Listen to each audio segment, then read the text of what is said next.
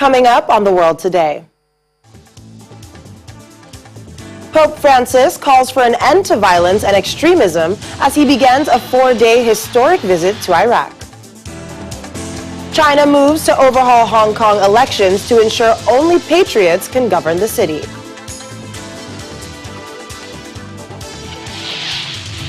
Plus, United Nations says it is yet to see proof Dubai's Princess Latifa is still alive. Hello and welcome to the program. I'm Akaite Afia. Pope Francis has called for an end to violence and extremism on the first ever papal visit to Iraq. The pontiff is making his first international trip since the start of the coronavirus pandemic. Pope Francis landed in Baghdad amid tight security for his most risky foreign trip since his election in 2012, saying he felt duty-bound to make the visit because Iraq has suffered so much for so long. He had earlier said Iraqi Christians could not be let down for a second time after Pope John Paul II cancelled plans for a trip in 1999 when talks with the then-President Saddam Hussein's government broke down. The Pope was welcomed by Iraqi Prime Minister Mustafa al-Kadhimi upon his arrival at the Baghdad International Airport.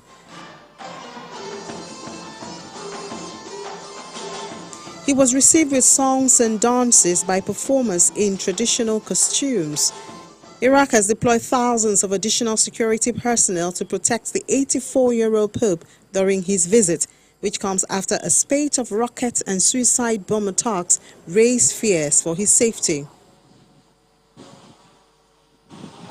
Pope Francis, who normally insists on using simple and small cars on his trips, was driven to the palace in a bulletproof BMW sedan, along with a motorcade of dozens of vehicles. The Iraq trip is the Pope's first outside Italy since November 2019. He'll hold Mass at a Baghdad church, meet Iraq's top Shiite Muslim cleric in the southern city of Najaf, and travel north to Mosul, a former Islamic State stronghold, where churches and other buildings there still bear the scars of conflict. Violence against Iraq's minority religious groups, especially when a third of the country was being run by Islamic State, has reduced its Asian Christian community to a fifth of its once 1.5 million people. The United Nations says at least a dozen people and possibly up to 23 have been killed in Iran's Sistan-Baluchistan province, where Revolutionary Guards and security forces have used lethal force against fuel couriers from ethnic minorities and protesters. Iran is investigating an incident in which at least 2 Iranians were shot dead this week at the border with Pakistan, and Islamabad has handed over the body of one of the victims. In Iran, we condemn use of force violations in recent weeks by the Islamic Revolutionary Guard Corps and state security forces against unarmed fuel couriers and protesters belonging to the Baluch minority, which has reportedly led to the killing of at least 12 individuals, including at least 2 minors. The series of violent events and unrest began on the 22nd of February, when Revolutionary Guards are alleged to have shot and killed at least 10 fuel couriers, known as Sukhtbar, in Sistan and Baluchistan province at the border with Pakistan, after a 2-day standoff triggered by the Revolutionary Guards blocking the road to the city of Saravan. The killings triggered demonstrations in several cities across the province, during which the Revolutionary Guards and security forces fired lethal ammunition at protesters and bystanders, leading to the killing of at least 2 more people and serious injuries to several dozen others. Well, as we mentioned earlier, the Pope is making his first international visit since the start of the coronavirus, and he is in Iraq. So the VOA's Rome correspondent, Sabina Castelfranco, has been monitoring the Pope's visit. She joins us now for more on this. Sabina, welcome to the program. Thank you. So this trip is coming at a very peculiar time amid increased violence in Iraq and, of course, the COVID-19 pandemic. So what does the Pope hope to achieve with this visit?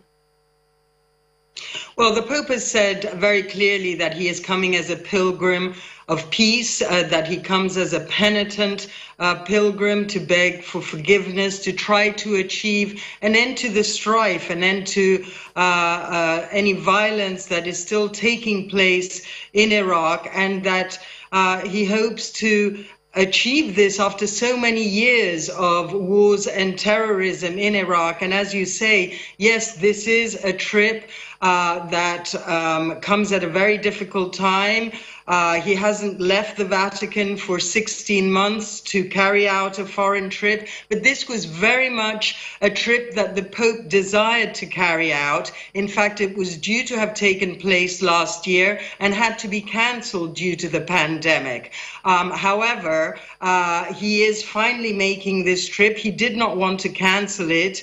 And this is a trip that has been many years in the making, because his predecessor, Pope John Paul II, had even wanted to carry it out himself and had been unable to do this. It is the first time that the head of the Catholic Church visits Iraq, that visits the land of and birthplace of the prophet Abraham. Well, the Pope's visits to places in the past normally leads to a lot of interaction with the people. So what are we likely to see this time around?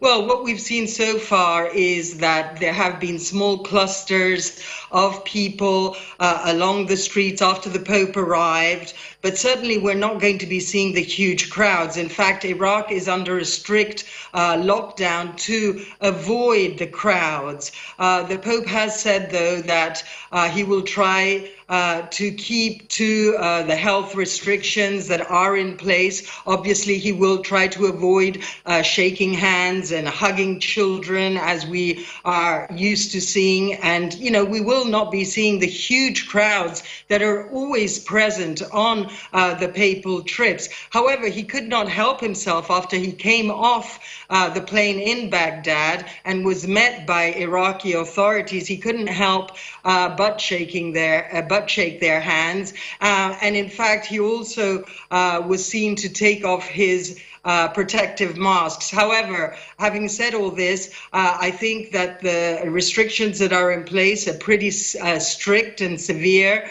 and he will try to do his utmost to not put himself in any danger. But of course, he has been vaccinated, and everybody on that papal plane, the entire entourage of the Pope, received inoculations against COVID-19 before undertaking this trip.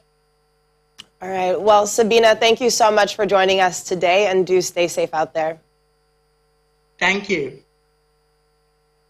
The United Nations says it has not yet seen evidence that the daughter of Dubai's ruler is alive, 2 weeks after seeing proof from the United Arab Emirates. Princess Latifa Al Maktoum tried to flee the country in 2018.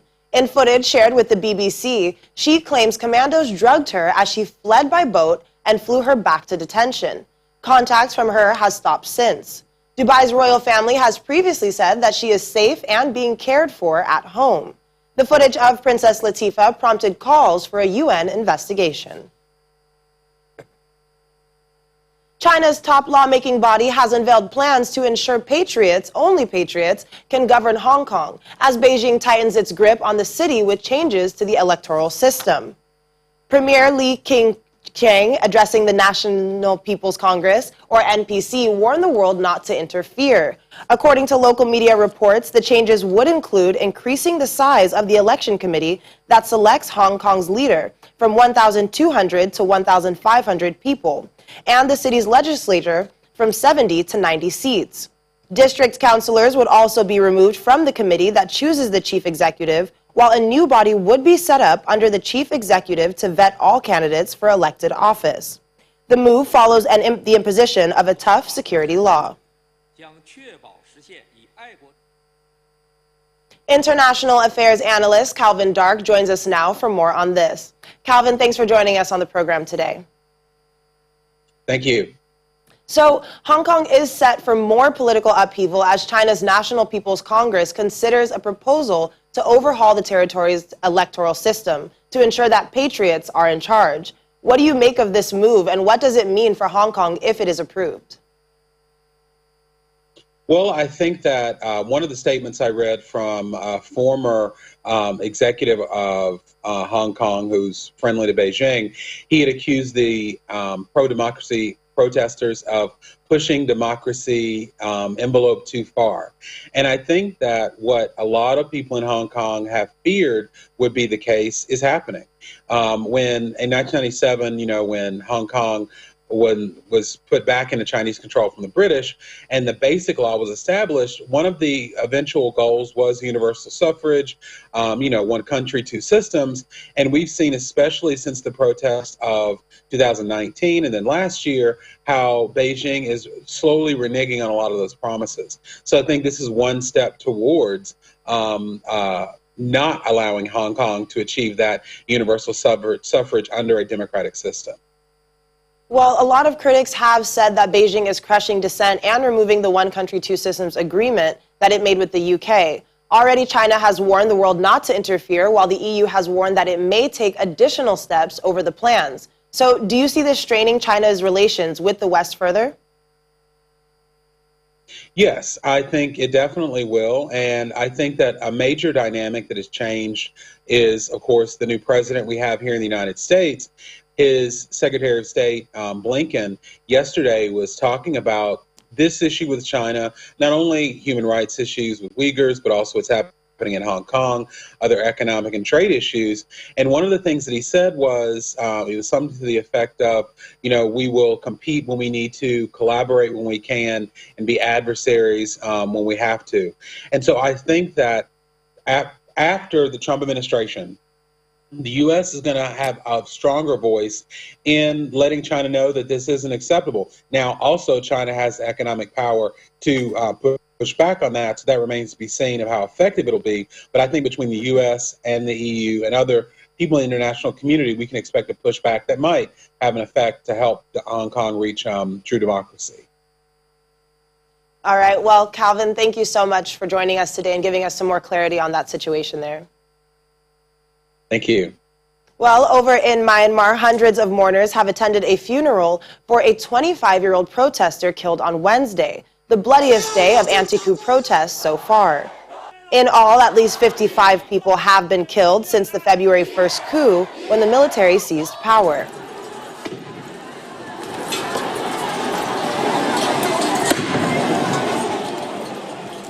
The funeral came as activists held more demonstrations in several towns and cities. Myanmar's anti-coup protesters could be seen fleeing from the streets of Yangon amid the sound of tear gas being fired. Protesters were attempting to dismantle and put out the gas canisters with extinguishers and bags of water on the ground.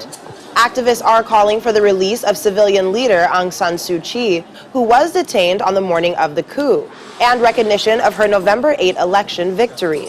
They also reject the junta's promise to hold new elections at an unspecified date. Suu Kyi's National League for Democracy, or NLD party, won the election in a landslide, but the military has refused to accept the results, citing fraud. The Election Commission said the vote was fair. So we began our coverage of the COVID-19 pandemic here in Nigeria, where a doctor who has spent the past year treating COVID-19 patients has become the first person in the country to be vaccinated against the disease, kicking off Nigeria's vaccination campaign. 2 other male doctors and 1 female nurse were also inoculated with the AstraZeneca vaccines. Nigeria took a delivery of 3.92 million doses of the Oxford AstraZeneca vaccine on Tuesday through the COVAX Vaccine Sharing Initiative.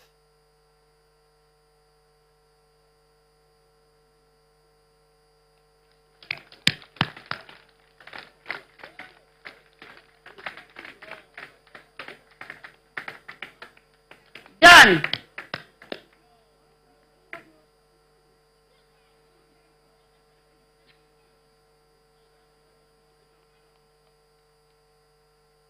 So I just wanted to take the opportunity to show that with this vaccination card, we also have a QR code. This is one of the requirements of the Presidential Task Force, so that if anybody needs to travel out of the country, once this QR code is scanned, it brings up the information of Dr. Cyprian, so that it shows exactly what vaccines he has taken, the AstraZeneca vaccine, when he took the first and the second doses, okay? And it will also show his photograph. So this is also an electronic card, as it were, because of the QR code. This card also contains the exact batch number of the vaccines that he has taken. Thank you very much. Australia has asked the European Commission to review Italy's decision to block the export of 250,000 doses of the AstraZeneca vaccine into the country. It is the first time new rules have been used that allow a ban on EU exports if the drug provider fails to meet obligations to the bloc. Here's more on this and other developments on our COVID-19 Global Update. Italy has been hit badly by the pandemic, and its decision to block vaccine exports to Australia has reportedly been backed by the European Commission. The country has registered more than 2.9 million cases and nearly 99,000 deaths.